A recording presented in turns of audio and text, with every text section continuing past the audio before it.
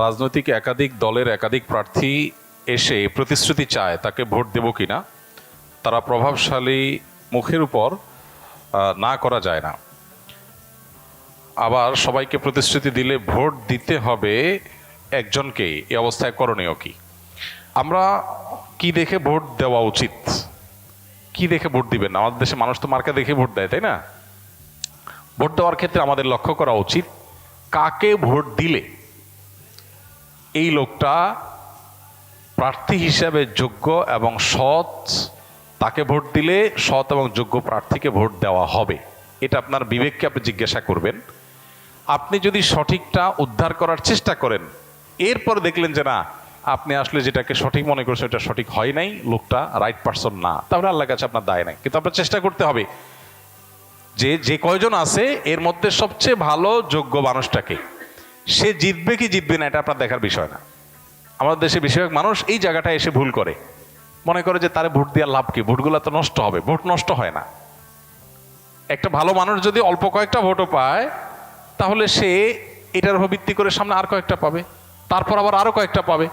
কিন্তু আপনি যদি ভোট দেওয়ার এই রাস্তাটা বন্ধ করেন, অথবা তাকে সে কম ভোট পাবে এই চিন্তা করে আরেকজনকে ভোট দেন, তাহলে কি হবে?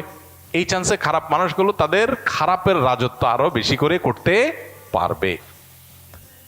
কেউ জিতুক সেটা আপনি চাইতে পারেন, কিন্তু জিতানো আপনার দায়িত্ব না। আল্লাহর কাছে দায়িত্ব হলো, আপনার কাছে মতামত চাওয়া হয়েছে, আপনি মত দেওয়ার সময় সবচেয়ে ভালো উপযুক্ত ব্যক্তির পক্ষে মত আপনি দিবেন, বাস। এটা হলো আপনার কাজ। যে লোককে ভোট দিলে আপনার ইমান, আমল, ইসলামের স্বার্থ, মুসলিম উম্মার স্বার্থ সংরক্ষিত হবে, আপনি বিশ্বাস করেন। যাকে ভোট দিলে দেশের সার্বিক উন্নতি হবে, চুরি ডাকাতি হবে না, দুর্নীতি 2 নম্বরই হবে না, যে কারণে আমাদের দেশ পিছিয়ে আছে। পৃথিবীর বহু দেশের তলানিতে আমরা পড়ে আছি। যাকে ভোট দিলে আমরা সেখান থেকে উঠার রাস্তা পাবো, তাকে আপনাকে ভোট দিতে হবে। এক্ষেত্রে বায়াসনেসের ঊর্ধ্বে উঠা, এই ক্ষেত্রে আপনার গোষ্ঠীগত, বংশগত, পরিচয়গত, এই সমস্ত বিষয়গুলোর ঊর্ধ্বে উঠা, সামান্য একটু স্বার্থের জন্য, একটু টাকা পয়সার লোভে আমরা আজকাল অনেক সময় ভোট দিয়ে দিই, সেটা যেন না হয়। আল্লাহর কাছে অনেক বড় একটা জবাবদিহিতার জায়গা। নবীজি বলেছেন, ইযা উসসিদাল আমরু ইলা গায়রি আহলিহি ফান্তাজিরিস সাআ। অযোগ্য মানুষকে যখন কোনো জায়গায় বসানো হবে, অপাত্রে যদি মানুষ তার মতামত দেয়, বা কোনো অযোগ্য মানুষকে যদি কোনো যোগ্য মানুষের চেয়ারে বসানো হয়, তাহলে কিয়ামতের অপেক্ষা করবা তোমরা। এটা কিয়ামতের আলামত। এই আলামত এখন চলে আসছে না আসছে নাই? অতএব আমাদেরকে এখানে দায়িত্বশীলতার পরিচয় দিতে হবে। আল্লাহ বলেছেন, ইন্নাল্লাহা ইয়ামুরুকুম আন তুআদ্দুল আমানাতি ইলা আহলিহা। আল্লাহ তাআলা তোমাদের নির্দেশ করেছেন আমানত যথাস্থানে পৌঁছাও, অপাত্রে যেন আমানত না যায়। আল মুস্তাশারু মু'তামান।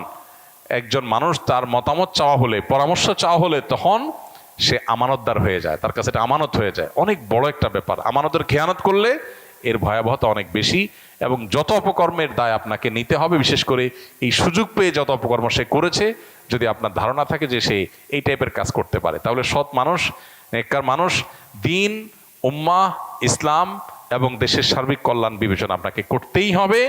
আমি যাকে ভোট দেবো সে জিতুক কি না জিতুক সেটা আমার বিষয় না, সে জিতবে কি জিতবে না এটা আমার বিষয় না। আমার দায়িত্ব আমার সিদ্ধান্তটা সঠিক জায়গায় দেওয়া, বাকি আল্লাহটা আল্লাহ দেখবেন। আল্লাহ যদি তারে সুযোগ না দেন, সেটা আমাদের অযোগ্যতার কারণে আল্লাহ দেন না, কিন্তু আমার দায়িত্ব আমি সঠিকভাবে পালন করতে হবে। আল্লাহ আমাদেরকে তৌফিক দান করুন।